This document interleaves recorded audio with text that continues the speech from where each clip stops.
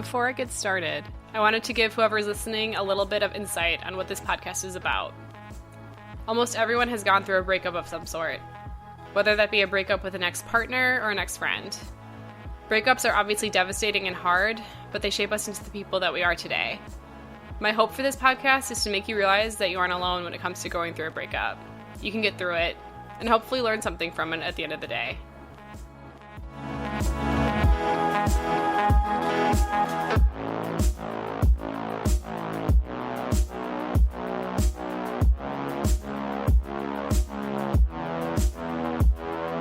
This is Obliterate Podcast. I'm your host, Christine Nikolic.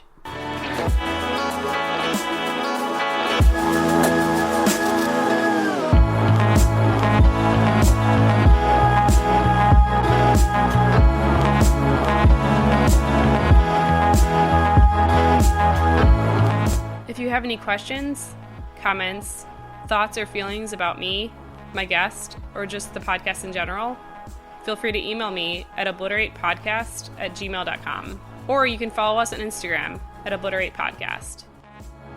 My guest today is Michael.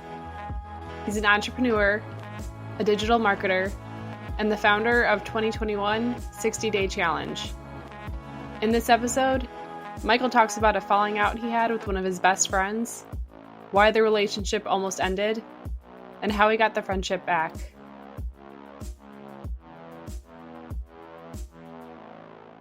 This is Michael and the almost ex-friend.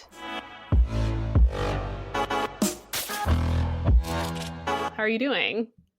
Very well, thanks, Christine. Thanks for having me on. Of course. Thanks for being on. I appreciate it. So please tell me about yourself. Tell me where you're from and what you do for a living and all that stuff. Well, I'm from Melbourne, Australia. Spent most of my time in Australia. I lived over in Canada for a few years. Basically, I'm a business coach and digital marketer. I've spent about 20 years in different areas of business.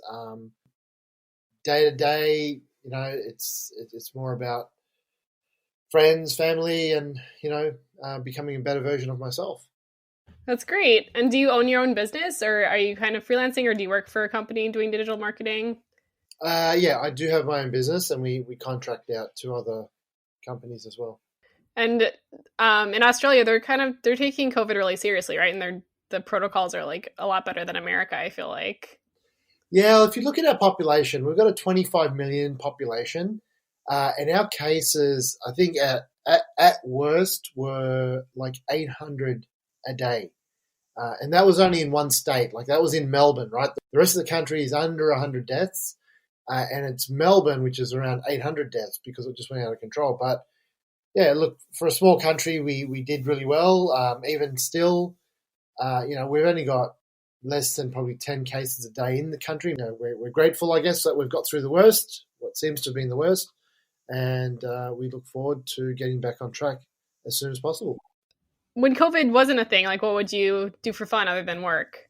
Look, I mean, it's restaurants, going out with friends, and just festivals. Melbourne is actually the festival capital of the world. Like, there's a festival for everything almost every week in some part of the city. I enjoy traveling. I travel. Usually every year I go somewhere, not always somewhere different. I do travel a lot to Canada, Vancouver and Toronto specifically. I did live in Toronto, like I said earlier, so I do have a lot of friends and family there. What brought you to Toronto when you lived there? Long story short, I came to Vancouver when I was like 17. That was like my first. I'd been to India because my background is Indian. I'd been to India when I was younger, but I don't really remember because 2 years old or 3 years old, whatever I was. So my first international trip was to Canada, and when you're with family and you're having a good time, and you got all those memories, and you don't think about everything else. You just think about those good times. And I kept thinking to myself, oh my God, I want to go back to Canada. I want to live there. Like, I had so much fun. And a few years later, the dream came true, but it wasn't Vancouver. It was actually in Toronto. So I got a transfer to Toronto, and that's where I was.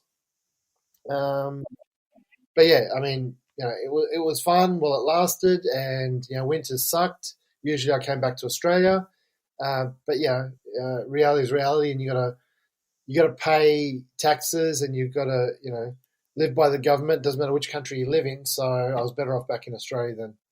So who are you talking about today? I'm talking about a friend of mine, long-term friend, going back like 25 years. Awesome. And then how did you meet this friend? So I had uh, a work colleague, and we started working together. And he had a business, and I started actually working for him. And we became like, apart from employer, we became really, really close friends. And it was actually his sister. We just became like, I just felt, I just became like another, like her second brother. That's what basically I became. And so we just developed that kind of, brother sister relationship. Always looked out, best interest. Did you become better friends with her than you did with your work colleague? Well, I wouldn't say better friends. I'd say probably like the same, but on different. Like they can even today, like they can both tell me things about each other that they don't talk to each other. So I'm like the jam in the middle, but one can tell me something about the other one, and it stays where it is. So I don't have any bias towards the other. But yeah, like I get along with them both equally, even though they don't get along. Okay. And did they not get along when you first met them both, or did that like happen over time?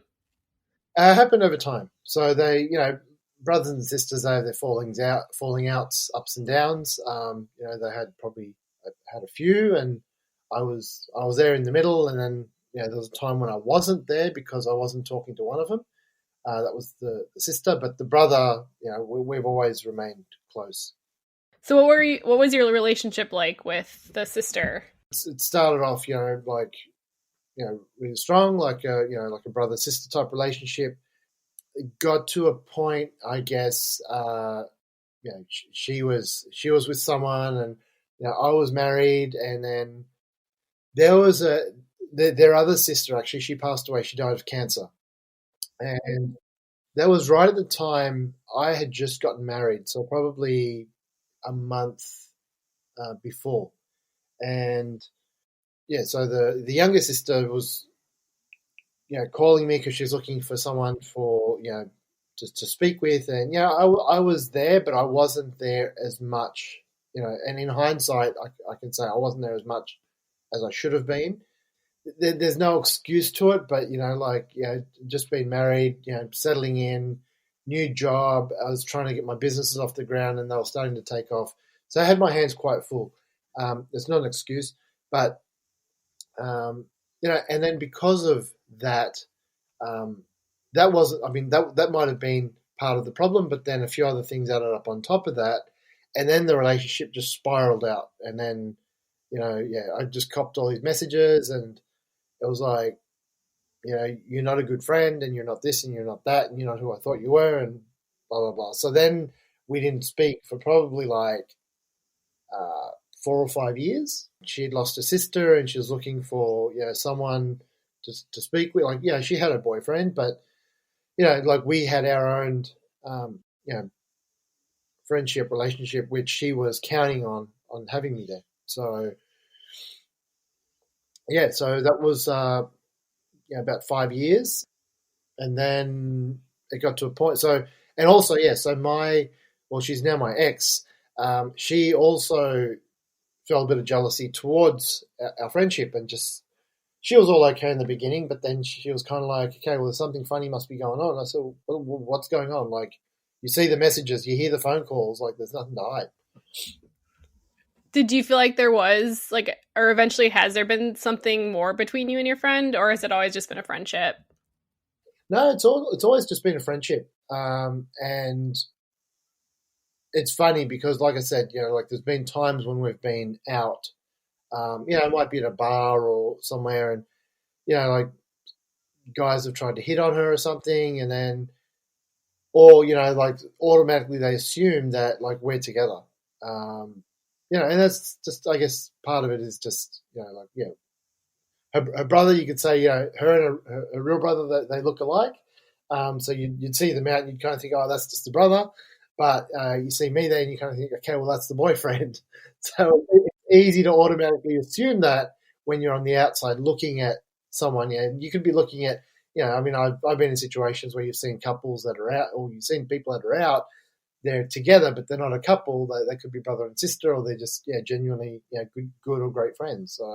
So when you guys were like really tight before your first falling out, like what was your relationship like? Like what were some of your happiest memories with her?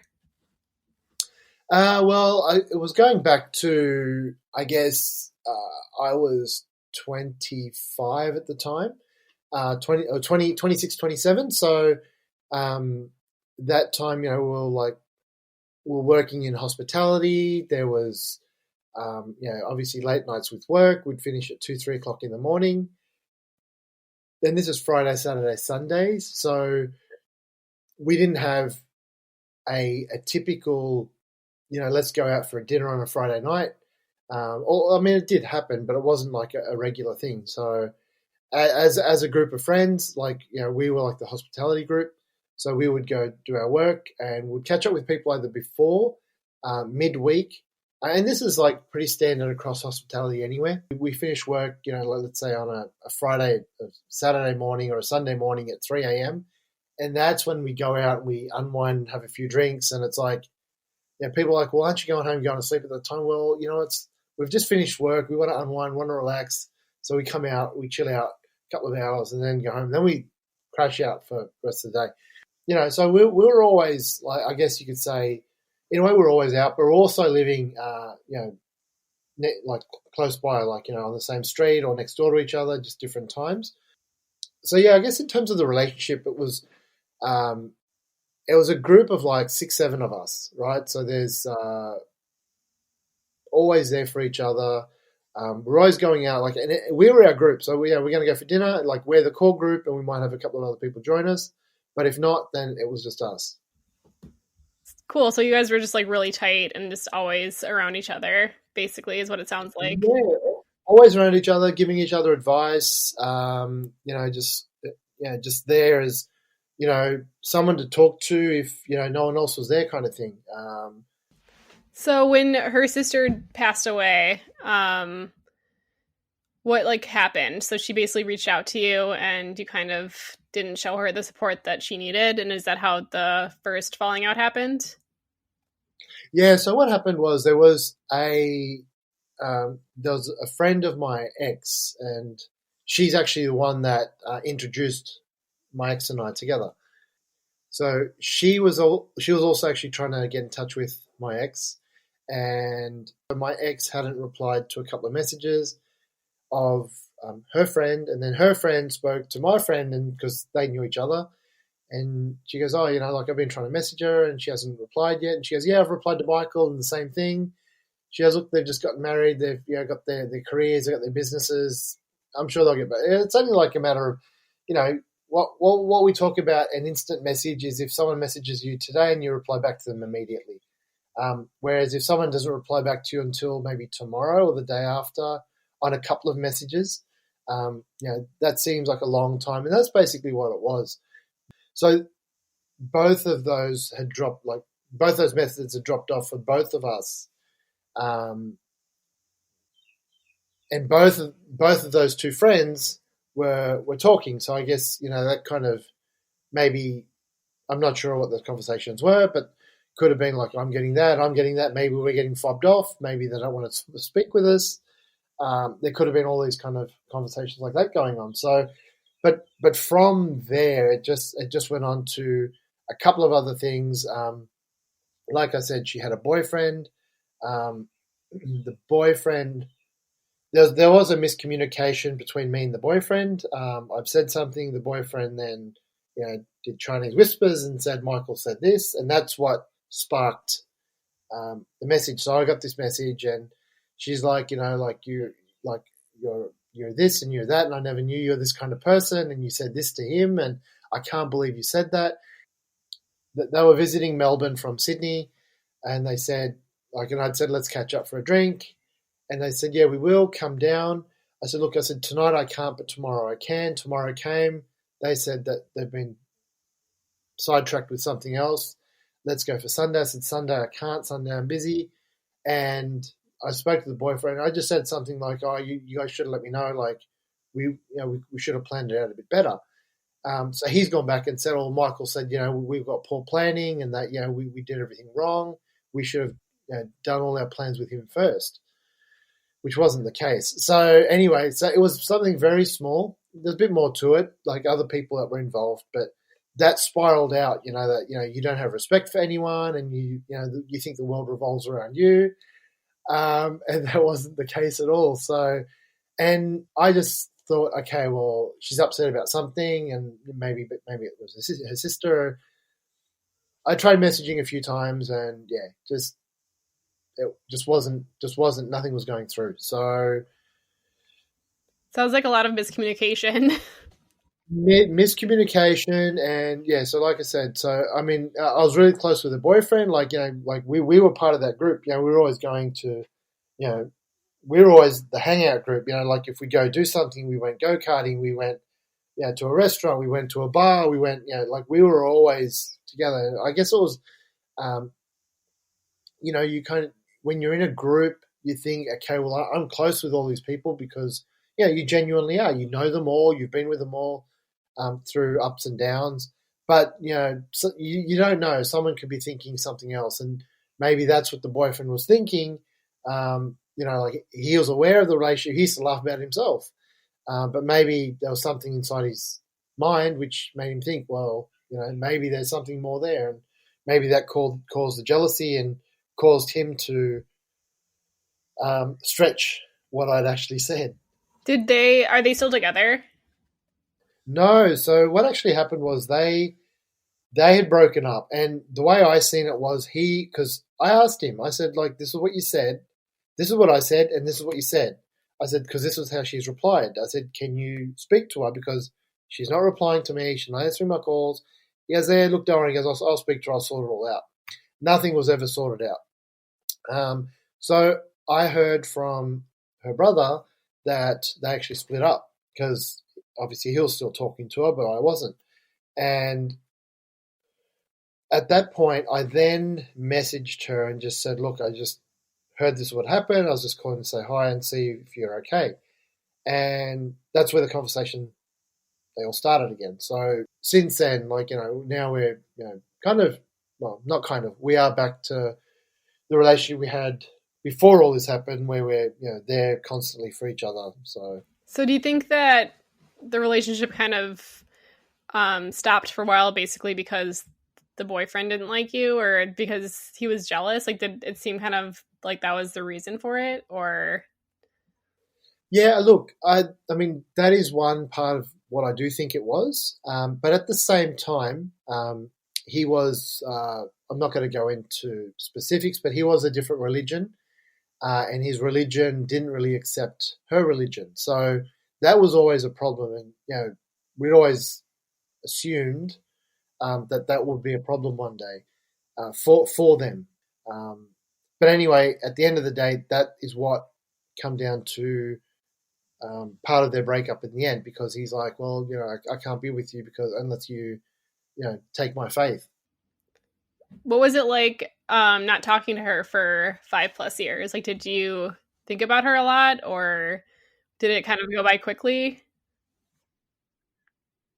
It was weird in the sense where, I mean, I have my own sister who I've got a great relationship with speak with her, but it was just that other person that had been there that is no longer there. It kind of felt like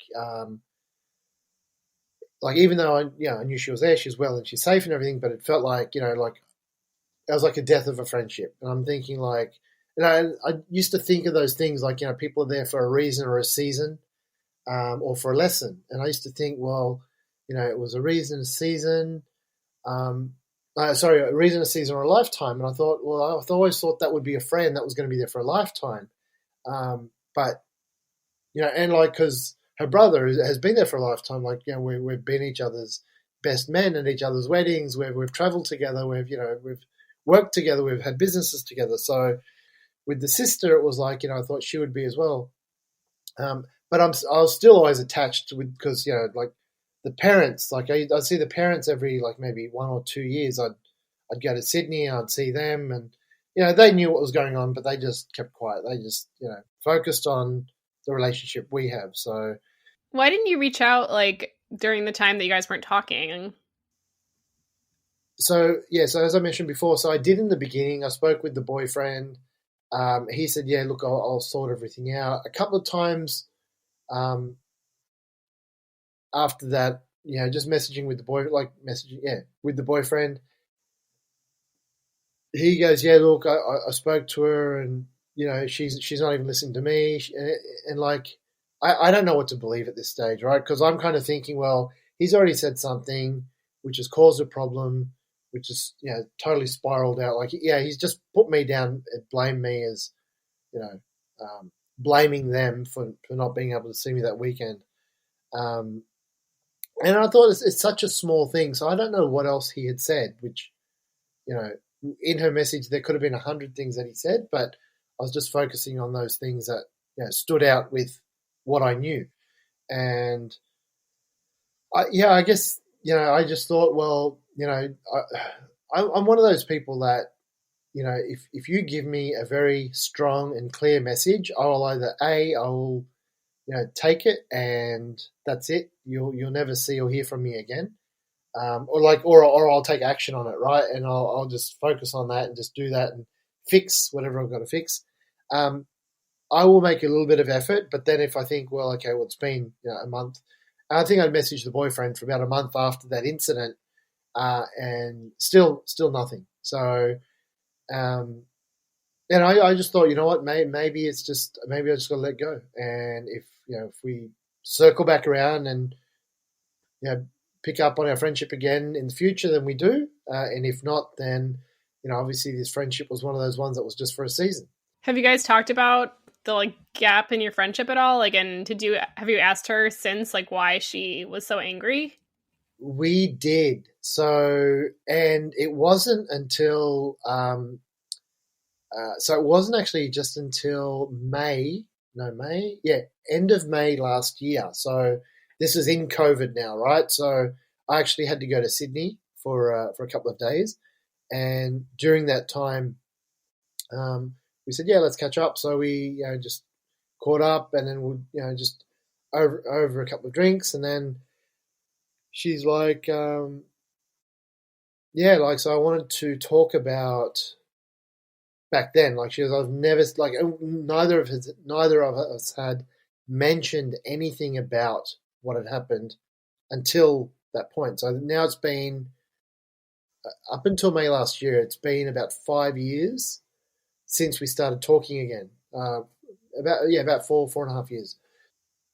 So we went through basically what had happened, the messages, the communication, and there were things that I had said which had been stretched in different ways, and which was very not like her ex boyfriend previously, but just on that one particular weekend is all it took. So there was hurt, there was some pain that we spoke about, but so we I guess got it all out, and and she goes, look, if ever I feel like if like she does have another sister, that she goes, if ever something like that happens again, she goes, I'll probably withdraw again because I said, look, I said, well, we know what's happened, we know what's going on, and I was don't have any excuses, but I was just in a situation where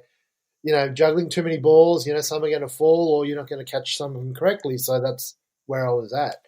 Um, so yeah, we basically we spoke about it. We spoke about the past. We said, okay, well, let's move forward. Um, you know, when you say to someone, it's past, it's done, it's forgotten, I don't know about you or your listeners, but for me personally, when I say that, sometimes it is genuine. Like, and with sometimes it's not.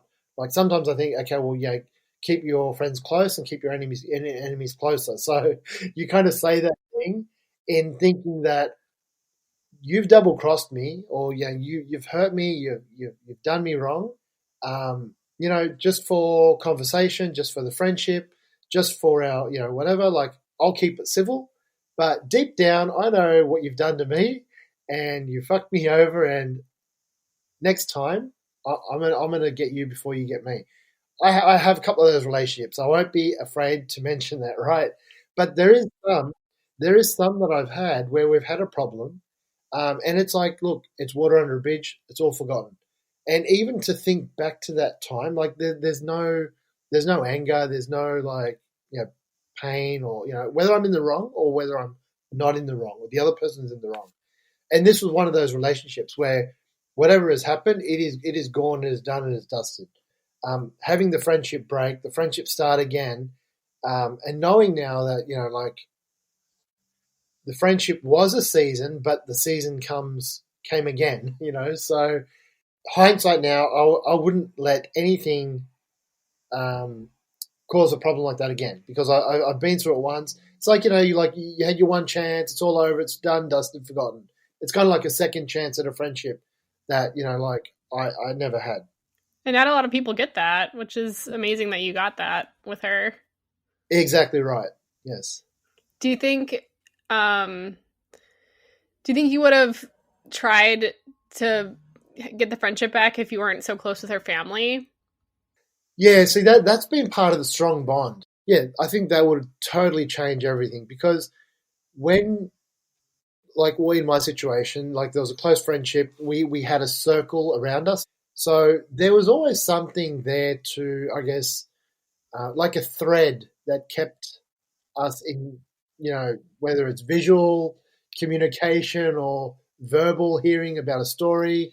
Oh, she's broken off with a boyfriend now, and she's gone, she's studying law, or whatever the case may have been. Had there not been the families or the friends or the acquaintances in place, then there would be no visual, no verbal, no reminders, and that's where I think maybe after a few years you kind of totally just break off. But in this, like I said, there's a thread for all those years that was there. What do you think you learned from this relationship?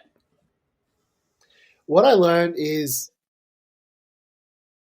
we always get carried away in life, and I think the most important thing is that it doesn't matter like what you're juggling, what's going on in your life, but if you've got people who are out there who you've always supported and you've always been there for, then you need to, well, I need, this is what I've learned, is that I need to focus on the people rather than everything else. Or yeah, I just need to, stretch myself and think, okay, well, I've got to have, 1 hour less of sleep, or, cut something out and just dedicate that time to that person who's in need, because that's what we're there for each other for.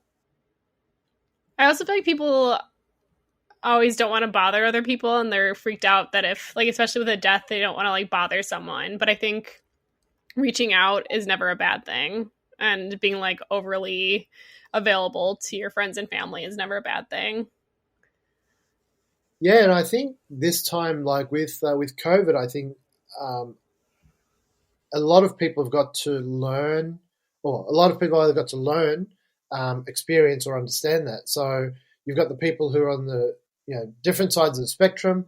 You've got the people who are in need, who do need help and support, who they just hands are out, they're in pain, whatever. But then you've got those people who are on the same side of the spectrum who are like, you know what, like, it doesn't matter what situation I'm in, I'm still going to offer my hand to help other people, because that gives them a satisfaction and feeling. So COVID is just an example of of being there for people. But Like, fortunately for me, I haven't stopped working. Work has actually gotten busier for me.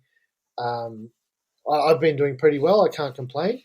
So I have been actually offering, either emotional support or, being there as a friend for people who are in need. What advice do you have for people that are in a similar situation that you were in, where they had a friend that they lost, and they want to reconnect with that friend again? I think it's important that so you do reach out to them, whether you have to directly reach out to them or through someone. Like I had a problem where I was trying to reach out to her directly. It wasn't working, so I went through the boyfriend. But yeah, the most important thing is focus. I think you do have to have that conversation about what happened, but you do need to work on it being constructive, where some could go the wrong way, but look, it is what it is. But you have to have that conversation, clear that up, and focus on the positives. That, I think when I started this conversation about let's talk about what happened, it's like, okay, well, first of all, you have to understand that I'm in a position right now that I want to progress this. It doesn't matter what we talk about and what emotions come up. We don't want to take this backwards. We want to learn from what happened, and we want to build our relationship and go forward. So that's like a disclaimer to use in the beginning. But yeah, in that way, both sides know that you're not here to argue, you're not here to fight, you're here to work on and build. So yeah, have a disclaimer in place. Reach out to them, work out, and you can. If it's meant to be, I'm sure they don't all end up like a fairy tale. But if it's meant to be, I'm sure you can work it out and you can rekindle. I like having a disclaimer. I think that's good advice. Just like putting it all out there on the table first before you have the discussion. I think that makes a lot of sense. I appreciate you being on and you being open and honest about your relationship with your friend. And it was so awesome talking to you. It's been a pleasure, Christine. I think it's been a bit of therapy for me, like talking about this. My friend and I, we've spoken about, when we had that chat, like the feelings and everything. It's been pretty open to rekindle our friendship. But just being here with yourself and people are going to be like listening and learning and hopefully gaining something from this has just been a tremendous honor. And like I said, it's been a bit of therapy for me as well. Well, I'm so glad I could help in a very small way.